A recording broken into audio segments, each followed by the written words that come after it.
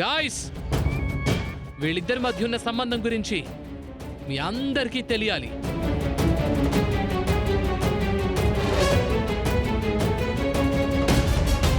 వీళ్ళిద్దరూ ఒకరి కోసం ఒకరు పుట్టినట్టు, ఒకరిని విడిచి మరొకరు ఉండలేనట్టు, ఎవ్వరూ విడదీయలేని సంబంధం వీళ్ళిద్దరిది.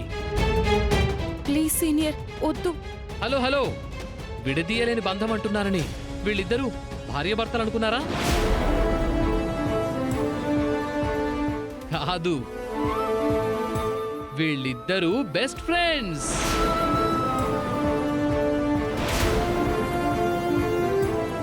ఈ విషయం చెప్పడానికి మిమ్మల్ని ఎందుకు పిలిచాను అనుకుంటున్నారా? అసలు విషయం ఇది కాదు. చెప్పాల్సిందంతా చెప్పి అసలు విషయం ఇది కాదంటారేంటి సీనియర్?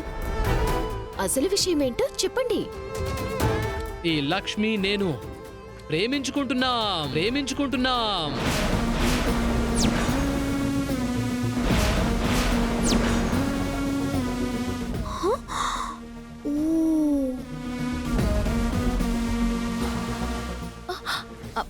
మధుబాబు, ఈ విషయం మీ అందరికీ తెలిస్తే బాయ్స్ మొత్తం లక్ష్మి వైపు చూడకుండా ఉంటారని చెప్తున్నాను.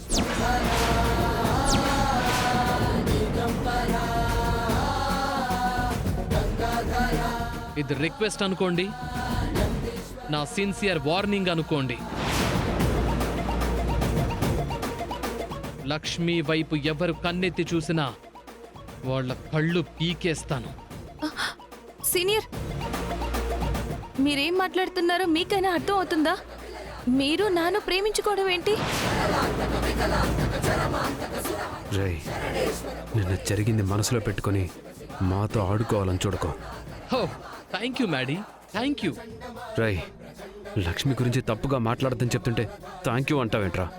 చెవులు పోయాయా నీకు? ఏంట్రా, వింటున్నాను కదా అని ఓవర్ చేస్తున్నావు? లక్ష్మికి నీకు ఏంటి సంబంధం? లక్ష్మి కేవలం మీ ఇంట్లో గెస్ట్గా ఉంటోంది, అంతే కదా?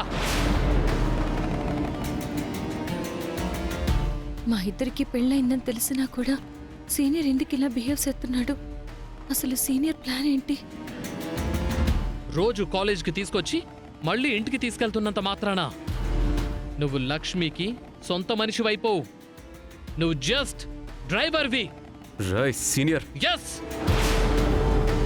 నువ్వు నా లక్ష్మికి కేవలం డ్రైవర్వి మాత్రమే. డ్రైవర్లా ఉండు. నేను లక్ష్మికి డ్రైవర్లా ఉంటానో ఇంకోలా ఉంటానో నీకనవసరం. నువ్వు లక్ష్మికి జస్ట్ సీనియర్లా ఉంటే నీకు మంచిది, మాకు మంచిది. నువ్వు మమ్మల్ని తప్పుగా అర్థం చేసుకుంటున్నావు మ్యాడీ.